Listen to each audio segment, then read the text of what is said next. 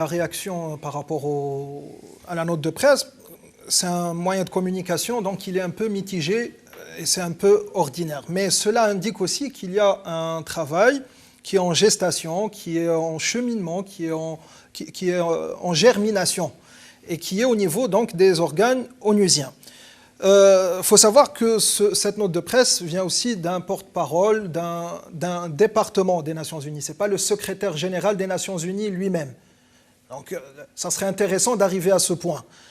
L'Algérie est citée dans cette note de presse, en même temps, dans le même contexte, après la Birmanie, qui a une junte militaire qui exécute un coup d'État là-bas, oui. Et la question palestinienne avec l'occupation. Qui est en ce moment même, d'ailleurs. Exactement. Et qui ont toute notre solidarité absolue.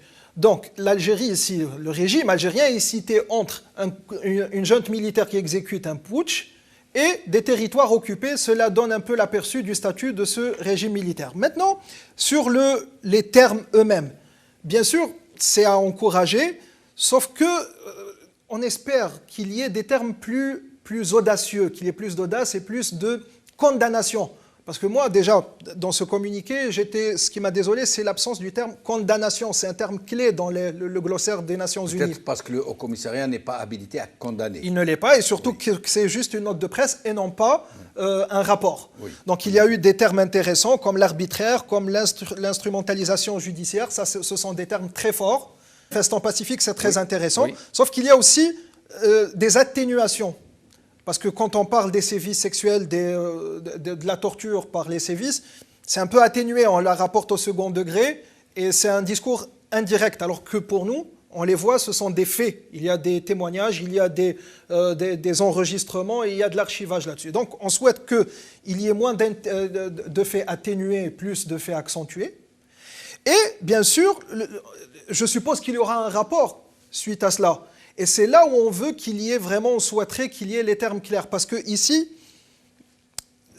la condamnation doit y être. Ce sont les pratiques actuelles du régime algérien, de la police politique, le fait qu'il y ait de la police politique dans un régime qui a ratifié les conventions internationales de protection de l'enfant, de la protection des droits humains, ça doit être condamné quand on les affronte. Justement, Mossab, je m'excuse de vous interrompre, mais vous pourrez reprendre le cours de votre raisonnement.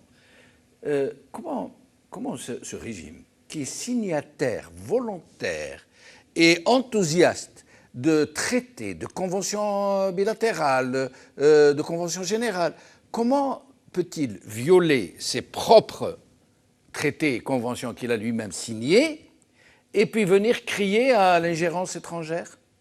Et justement, ça c'est son quiproquo majeur parce qu'il se croit dans la période où il a encore une facette civile qui le masque. Donc il croit encore qu'il peut faire ses pratiques en cachette, qu'il n'y a plus de lumière sur lui et qu'il a une facette civile qui peut masquer, maquiller. Ou absorber à la limite voilà. Non, surtout projeter des mensonges. Exactement, ouais. Aussi. Ouais. Donc, mais ici, on a quoi? Tout le monde menace au niveau de ce régime.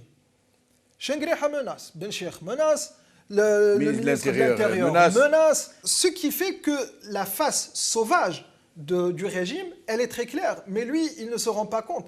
Maintenant, au niveau des organes onusiens, il faut multiplier encore le travail de sensibilisation, d'archivage, et savoir, là, une petite nuance, en espérant, moi, mon espoir est surtout basé sur le rapport. Il doit y avoir un rapport prochainement sur ça, et c'est là où il y a les termes clés qui sont vraiment à prendre en considération. C'est que le viol, les sévices exercés sur les enfants et les mineurs, ça, ce sont des faits, ce ne sont pas quelque chose, on ne les rapporte pas au second degré. Donc que ça apparaisse, et surtout la condamnation, parce qu'avec déjà les termes qui ont été mentionnés dans le point de presse, il y a de quoi condamner le régime algérien. Donc il faut multiplier aussi les actions, mais pour le Hirak, de la part du Hirak, attention à ne pas tomber dans un petit piège, il faut être clair là-dessus. Ce travail de sensibilisation des organes unisiens ne remplace pas le travail sur le terrain.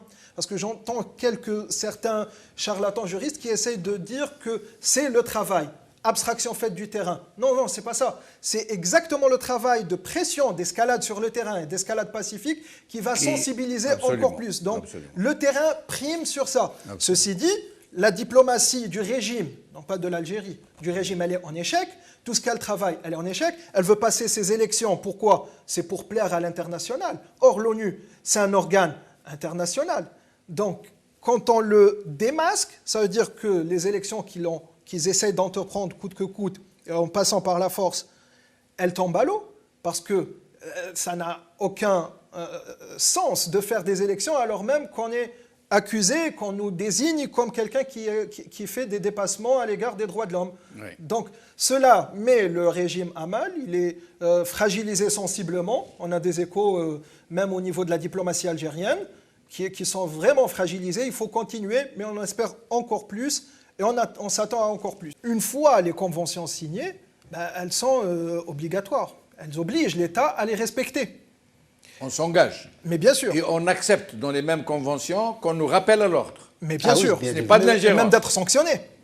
Et il y a même des sanctions possibles. Oui, bien sûr. Qui peuvent être prévues. On accepte d'être sanctionné. On ne conteste pas le fait d'accepter. Il y a des voies de recours, mais en cas de contestation, et après la fin des procédés de recours, si la sanction est effective, il n'y a rien à faire, on ne peut pas la contester, elle est effective. Même ce jeu dans lequel s'engouffre le régime en utilisant ou en agitant la rhétorique de la main étrangère ou de l'ingérence, en termes techniques c'est l'ingérence, donc ça ne marche plus parce que ce n'est pas juste de l'ordre du registre du discours. C'est pas juste on dit la main étrangère ou l'ingérence, ça veut dire c'est acquis.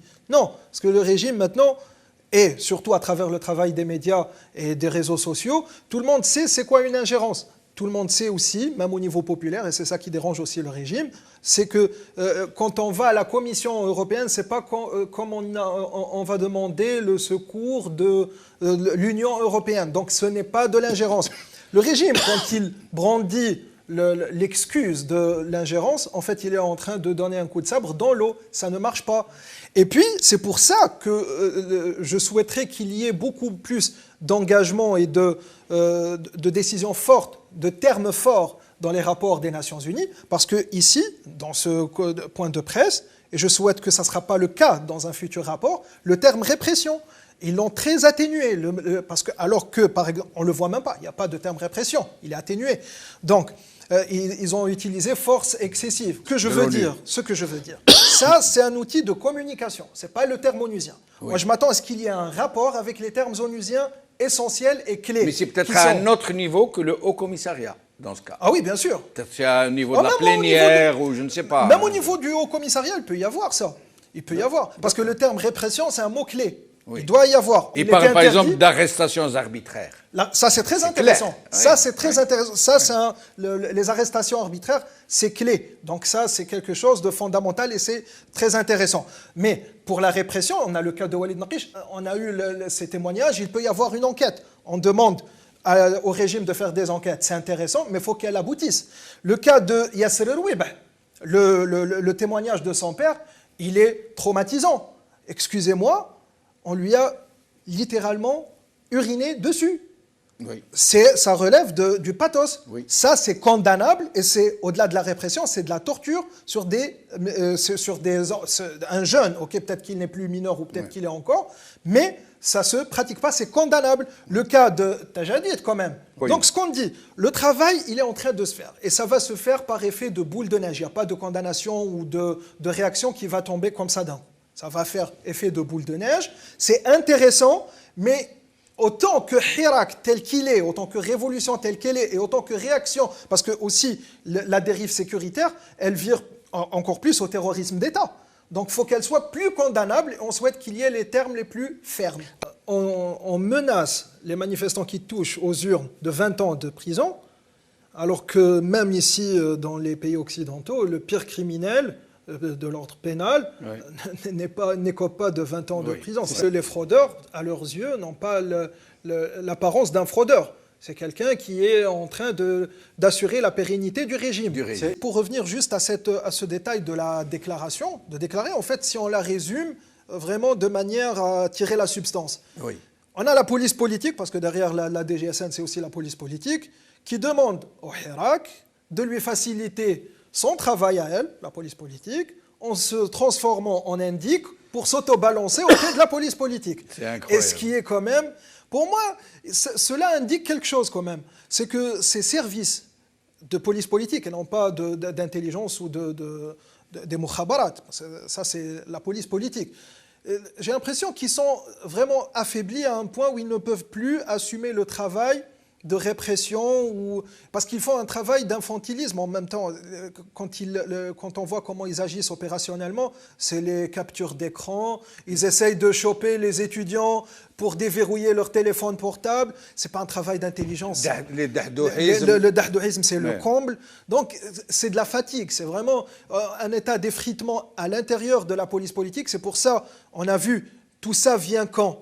Toute cette panoplie. Après le vendredi 116, qui était quand même très marquant, c'est le plus dense, le plus fort. Ils avaient même préparé un plan de répression un peu, entre guillemets, musclé. Sauf qu'il a été déjoué lorsque le Hirak a changé son itinéraire. Et il a contourné les dispositifs. Et ça les a mis hors. En fait, c'est cet acharnement qui crée la détermination encore plus.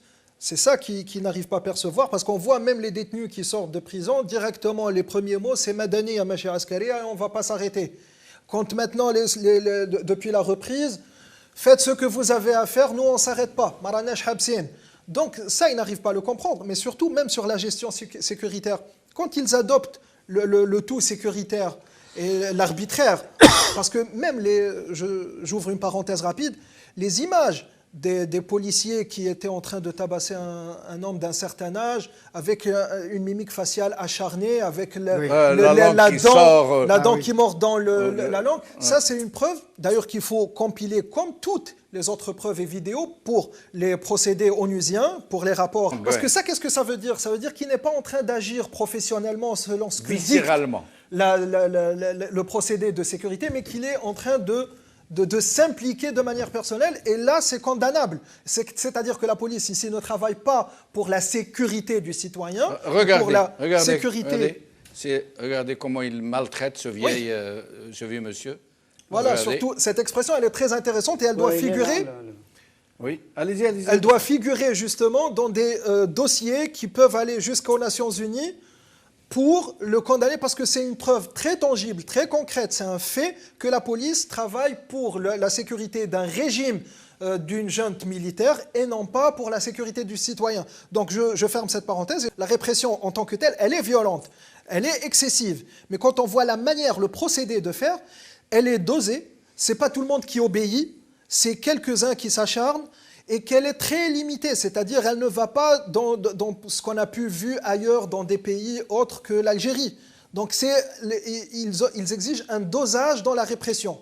Maintenant, ce que souhaite le régime, c'est incompréhensible, c'est-à-dire un pouvoir illégitime qui demande à une contestation légitime qui est le Hirak de se dénoncer auprès de ce même pouvoir illégitime. C'est-à-dire ici, c'est vraiment la déraison. Il ne faut pas oublier aussi que le régime a un grand pouvoir, et ça c'est une règle pour étudier ce régime. Il a la capacité de camoufler. Donc il essaye de se camoufler pour dire que j'ai l'autorité, mais tous ces agissements, le côté comportemental montre qu'il est en train de s'effondrer. Il faut alors aller vers plus de pression, déjouer les étudiants peuvent trouver d'autres moyens de contourner les pressions qu'ils subissent de la part de la police politique, comme aujourd'hui. Ils peuvent faire sortir leurs manifestations d'autres endroits. D'ailleurs, beaucoup de groupes sont en train d'étudier des alternatives. Je les encourage à continuer. Et surtout d'aller vers l'escalade, parce que le régime est à bout de rouleau. Il est en train de s'effondrer. Pour le moment, le Hirak n'a qu'une seule issue, c'est l'escalade pacifique totale. Donc il faut sortir en masse, il ne faut pas s'arrêter, il faut densifier encore le travail de terrain. C'est ça qui prime. Maintenant, et les autres wilayas ne pourraient pas aider à lever un peu la pression sur celles qui sortent? Toutes les wilayas sont concernées. On a vu que le régime est un peu éparpillé, il ne sait pas contrôler toutes les régions. Donc quand il met beaucoup de répression, une dose excessive de répression dans une région, il délaisse une autre. Donc il faut que ça soit généralisé. Et puis densifier encore plus à Alger, la capitale. Donc ça peut aller même au palais d'Al-Moradea. Moi, je pense qu'on ira vers ça.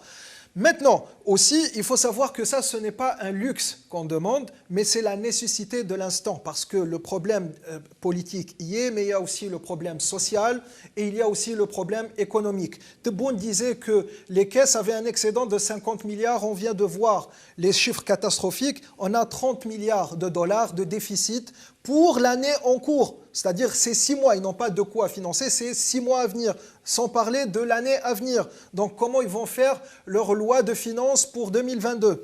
Là, la situation est dramatique, les gens vont basculer dans la pauvreté, il n'y a plus de classe moyenne. Maintenant, cette escalade pacifique totale est nécessaire parce que le régime est en train de chuter. Puisque le régime est en train de chuter, il faut précipiter sa chute le plus rapidement possible et de la manière la plus pacifique comme toujours. L'Irak ne doit pas avoir peur justement des contestations sociales. Ça fait partie aussi du paysage de contestation. Il doit faire son escalade et les contestations sociales doivent comprendre que le problème n'est pas d'une corporation ou d'un secteur, mais le problème est politique, donc le politique à l'origine de tout. Donc il faut aller vers la protestation politique dans le Hirak.